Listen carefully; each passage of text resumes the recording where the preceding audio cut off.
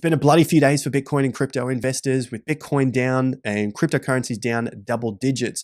Is Bitcoin going to reach this target of 30% corrections or more from the all-time high? And why isn't Bitcoin and crypto playing ball with the S&P 500 or with the US stock markets as they hit new all-time highs? This is the everything bubble. Why isn't it happening for Bitcoin and crypto? I want to explain that in today's video. Looking at when it comes to Bitcoin and cryptos is that it seems like the interest is not in crypto and it's flipped over to the stock market, pushing to new fresh highs. That's for the S&P, that's for the NASDAQ. Plenty of tech stocks doing their thing, pushing even higher. And you still have the same folks trying to short this market, looking at all the different angles and lines and ridiculous, stupid, if I could say so myself, stupid TA to try and pick tops and then try to short this thing like an absolute egomaniac hero. I have no idea why. The bloody Tesla's up 13%. Apple, $221.50, new all-time high daily close. Amazon, $197 yesterday, or the day before, new all-time high, and it just had a correction, tiny correction overnight. Google, new all-time high daily close. Microsoft, new all-time high daily close. Nvidia, 128, back on the correction after everyone got freaked out 2 weeks ago, and it's pushing higher again. And as we just looked at, Tesla there, basically pushing to new fresh highs. So that leads me over to S&P and starting to get into some of the comparisons here with Bitcoin and the S&P 500. This is a chart that I put together many months ago, and comparing the run of the S&P to Bitcoin. So I'll just draw your attention to the white arrows. These are the breakout periods for the S&P 500 into new all-time highs for the S&P 500. And then the yellow boxes are basically what was Bitcoin doing at that time. Bitcoin was essentially in an accumulation stage through these boxes. You see that there? And that's basically from the low until it breaks out of that all-time high. And that's what it represents there.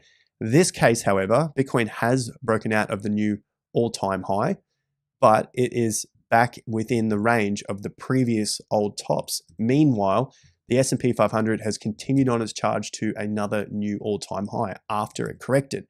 So all I'm looking at here, and then comparing the Bitcoin price and the price action to what the S&P did, is the S&P starts the charge, pushes to a new fresh high. More interest comes into the market. Bitcoin runs up with it as well, thereabouts, not to the exact day, but around that period. There's a lot of excitement in the market. And then the S&P has a bit of a correction and attempts another rally. And meanwhile, Bitcoin corrects. And then as it goes for its second charge at the all-time high, Bitcoin joins the party. Sometimes a little earlier with that run, sometimes slightly later, but it joins that run again after the correction. But that could be a significant period of time. So that's the cycle of 2019 to 2020, so 4 years ago. So I'm looking at some of the similarities to what happened 4 years ago in the market.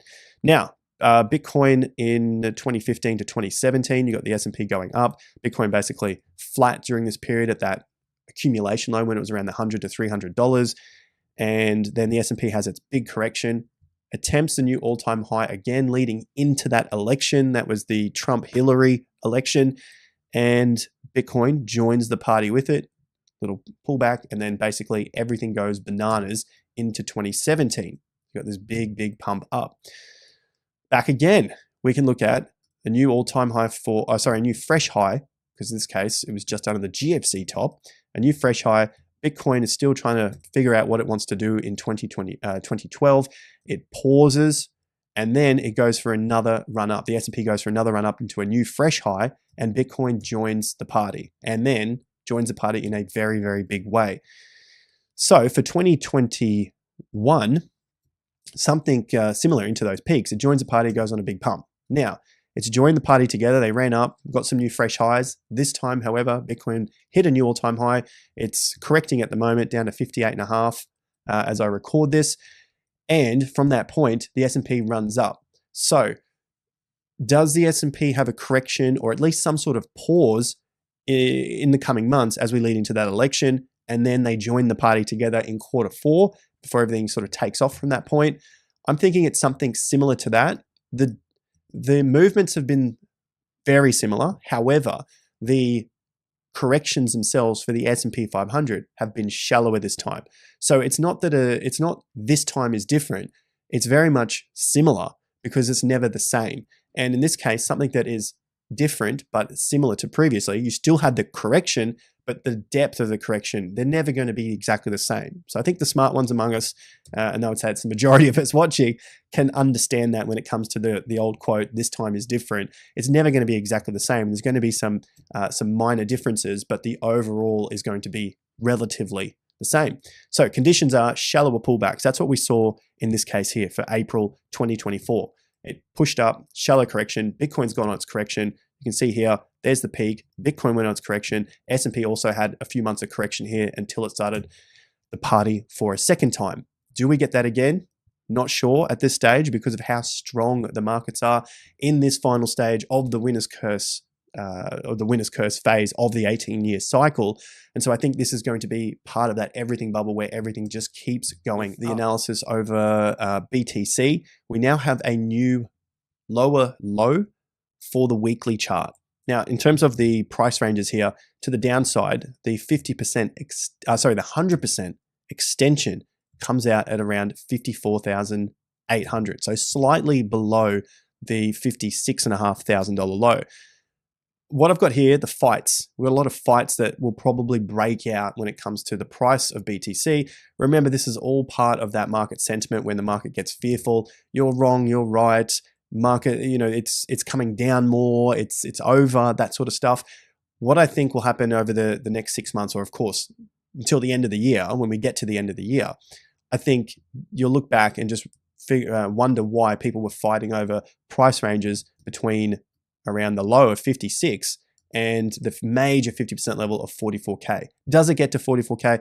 Of course, I have no flipping idea whether it's going to do that, because otherwise, if you knew exactly what was going to happen, well, then you know the future. No one knows the future, right? But what I think will happen is that the fights that are breaking out at the moment with how wrong or right people are will be forgotten about in 6 months' time, because this emotion will have left the market, it will reset, and will either grind out or bounce back quickly, and then we'll be at higher prices by the end of the year. And to the downside, that brings it out at about 40% correction. Has this happened in the past? Yes, it definitely has happened in the past. Have we had 30% corrections in the past? Yes, I'm sure you guys have heard that. Does it bring you any sort of relief right now? I don't know. That's up to you and how your emotions are in the market. The price and the correction there, you can see that at 23% correction, 30 isn't that far off, and it brings us back to the previous consolidation before that final breakout. That sort of late February into March was probably the most crazy time. So that's where the majority of the late entrants got into the market. So it could only be natural to get rid of those late buyers, wash them out, get rid of the weak hands, and then get ready for the diamond hands to go north again. ETH BTC still holding above the macro 50% level here. So that's a good sign for the bull market, or an altcoin bull market, an ETH bull market, and the confirmation levels are above this white line here at 6%, and then 6.5%, which would be the major 50% of the down move. So ETH BTC still holding up relatively well. Take a quick look at ETH USD.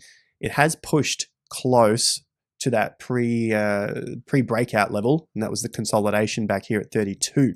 So it's something to pay attention to. That particular line there, that bar, was the ETH ETF hype, and it has almost come back to take back all of those gains from that particular bar.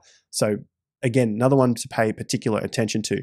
Now, Solana is also having a little bit of a struggle street here. Yesterday, it closed above the 50% level at 149. So it was able to get one close above that level, but it closed back under. So that's why I look at confirmation on a longer term time frame. And you guys had this yesterday, looking for the weeklies or the monthly, which is a long way off. So if we wanted more confirmation, then we would look to the $165 level, which is right here where I've got this insurance line here. What that means is you're paying more for the asset that you're looking at, but you've got a better insurance plan, right? So that's the premium that you're paying. From where the price is now at 135, if you wanted to buy the dip, well, you've got higher risk that it's going to go lower than the bottoms here at 118 and then potentially break down. Or you wait and buy above the insurance line, which is about a $30 move away. So for every Solana or every Sol you want to buy at the insurance level, that premium level, you're paying an extra $30 from this current price for that Sol.